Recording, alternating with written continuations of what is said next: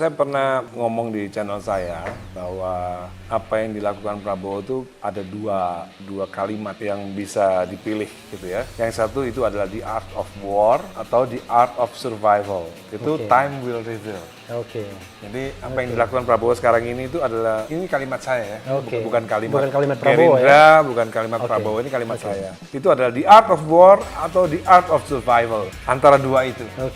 Dan waktu yang akan membuktikan. And time will tell, time will reveal. Itu. Nanti kita lihat nanti di Pasca 2024. Kenapa saya dulu waktu di Dewa 19 itu, waktu musik ya, saya punya passion di musik. Saya punya confident untuk terjun ke dunia musik.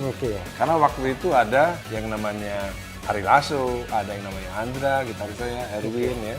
Erwin yang baru meninggal. Yang baru meninggal main bass. Jadi tidak ada passion juga ada confident ya. Tidak hanya diri saya tapi juga teman-teman saya, grup saya, kelompok saya. Nah sekarang pun juga gitu bang. Ada passion, ada confident, dan karena ada grup. Ada grup. Sekarang saya punya grup Fadlizon, Fahri Hamzah, Rocky Gerung itu apa? Saya anggap grup saya lah. Sekarang ada baru lagi Refli Harun. Ya kan? Nah yang disebutkan itu sudah tamu Refli Harun semua itu. Rocky Gerung, Fadlizon, Fahri Hamzah. Jadi kalau nggak ada grup, ya kita nggak confident bang. Artinya kita ternyata jangan-jangan dibilang barisan sakit hati nanti kita ini ada. Enggak lah bang. Insya Allah tidak ya. Insya Allah gini tidak. Yang perlu saya jelaskan kepada orang-orang ya, yang banyak yang belum tahu, terutama yang berenang di kolam itu. Saya itu kalau mau berkuasa bang, dari dulu udah bisa sebenarnya gitu.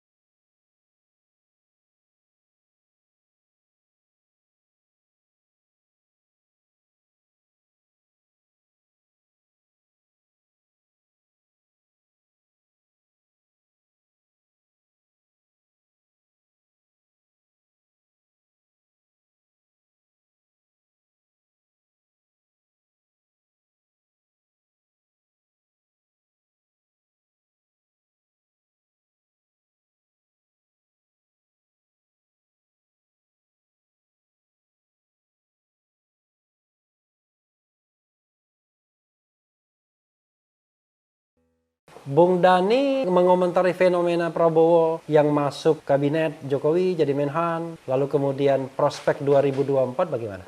Ya kalau menurut saya pernah ngomong di channel saya bahwa apa yang dilakukan Prabowo itu ada dua kalimat yang bisa dipilih gitu ya. Yang satu itu adalah the art of war atau the art of survival. Itu time will reveal. Jadi apa yang dilakukan Prabowo sekarang ini itu adalah ini kalimat saya ya, bukan kalimat Prabowo Gerindra, ya? Bukan kalimat Prabowo, ini kalimat saya. Itu adalah the art of war atau the art of survival, antara dua itu. Dan waktu yang akan membuktikan. And time will tell, time will reveal. Itu. Nanti kita lihat nanti di Pasca 2024. Gitu. Ini analisisnya masih in between. Analisisnya in between. Tapi sebagai pendukung setia dan bahkan anggota Partai Gerindra, merasa kecewa nggak? Tiba-tiba yang tadinya The Little Soekarno, orang menyatakan The Little Soekarno ya. Begini bang. Ternyata masuk kolam juga gitu. Kalau kata saya begini, itu tadi, kalau itu adalah the art of war, buat saya semua sah-sah saja. Kan ini kan belum finish. Jadi yang saya ingin sampaikan ke viewernya Bang Refli Harun untuk kepada orang-orang yang kecewa Prabowo ya, saya pastikan ini belum finish gitu. This is not over yet gitu.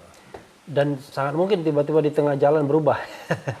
Ya, itu tadi. Bukan hanya di 2024 ya. Itu tadi, ini the art of war atau the art of survival. Tapi begini Bung Dhani ya, kita tahu bahwa 2024 usia Prabowo sudah tua sekali ya, mungkin sudah hampir 70 ya. Dan kemudian kita tahu bahwa ada generasi muda yang sangat siap mentas ya. Kita sebutlah Anies Baswedan, ada Ganjar Pranowo, ada Ridwan Kamil, ada Hovifa, ada mungkin Agus Harimurti Yudhoyono juga lebih matang juga. Ada pemimpin-pemimpin lainnya, bahkan ada Fadlizon, ada Fahri Hamzah, ada Ahmad Dhani dan lain sebagainya. Kita tidak kekurangan calon pemimpin ya. Tapi kok tiba-tiba Mardi Warwick nggak disebut? Mardi Warwick juga ya. Nebeng juga Refli Harun ya. Rocky Gerung. Rocky Gerung ya. Jadi sebenarnya kan banyak sekali bibit pemimpin bangsa.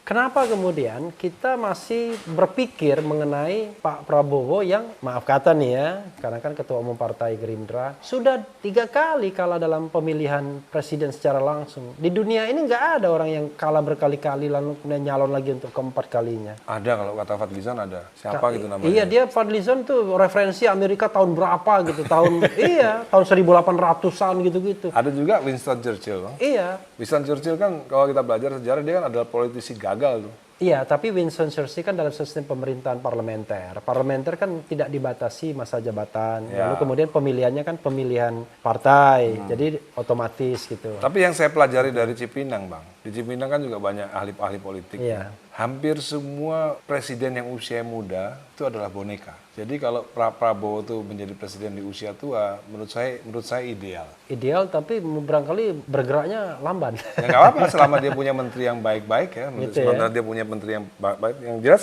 kalau kayak seperti Obama, menurut teman-teman saya di Cipinang itu juga boneka. Karena anak-anak muda selalu boneka. George Bush Junior itu boneka. Yang presiden realnya kan Dick Cheney. Jadi Itu di Amerika ya? Ya, Ada di contoh Amerika. nggak di tempat lain itu? ya saya rasa sih Amerika kan menjadi acuan kan, Iya. menjadi acuan demokrasi. Jadi tua dan muda itu berapa tahun? Ya, menurut saya Ronald Reagan tua kan? 70 dia. Ya kan? Ronald Reagan 70. Menurut saya itu kan tua gitu.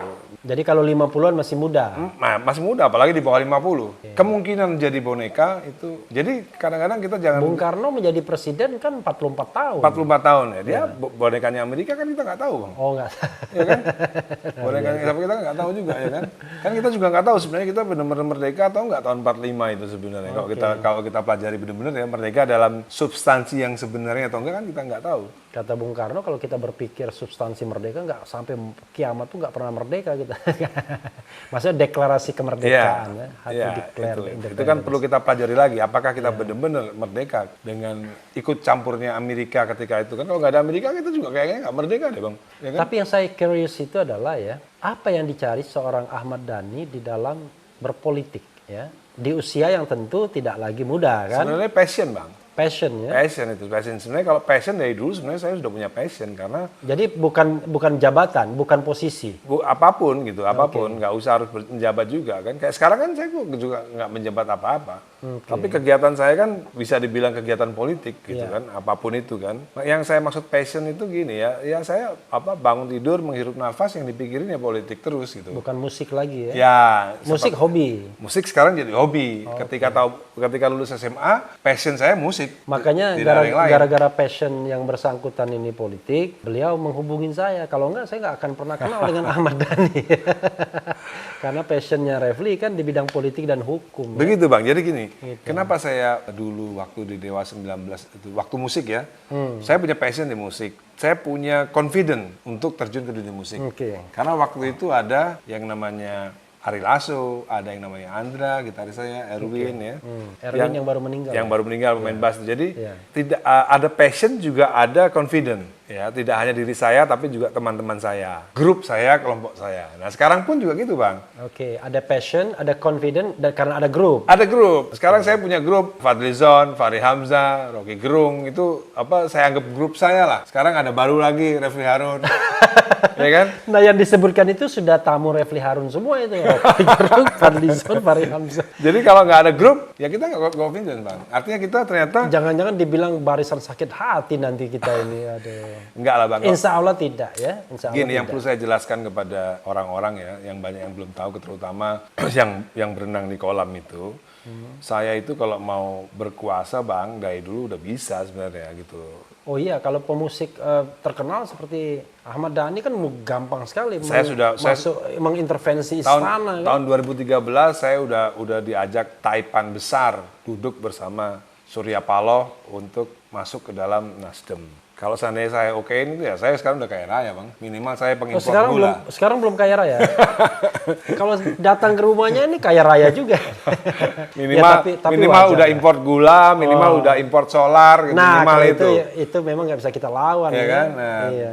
tapi itu kan tidak saya lakukan. Jadi memang itu tadi mungkin waktu tahun 2013 itu passion ada. Tapi grupnya belum ada. gitu loh. Saya nggak yakin dengan grup-grup itu gitu. Hampir semua partai besar udah ngelamar saya waktu itu. 2014 saya ditawarin sama Wiranto. Ya, sudah pastilah. Jadi biasanya partai itu akan menawari orang satu, orang populer biasanya. Benda, orang banyak duitnya dulu. Ya. Kedua orang populer. Ketiga baru orang cerdas. Keempat orang biasa. Ya.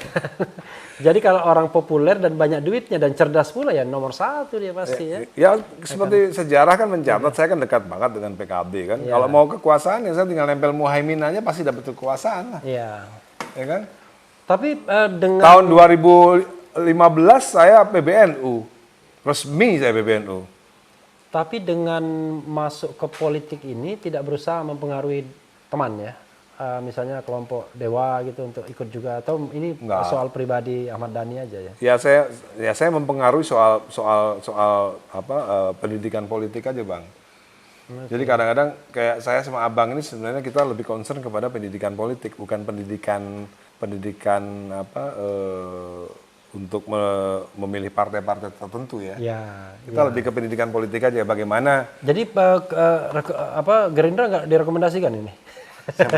Tadi kan bukan memilih partai tertentu tapi Oh ya, sebenarnya dengan sendirinya. dengan sendirinya, ya. Kenapa saya memilih Gerindra kan lama-lama orang juga curious juga kan. Kenapa sih kok Gerindra? Kenapa kok nggak masuk Golkar? Kenapa kok nggak masuk Partai Demokrasi Indonesia yang the ruling party ya? The ruling party kan partai yang maha kuasa ya kan? Kenapa kok nggak masuk ke situ gitu kan?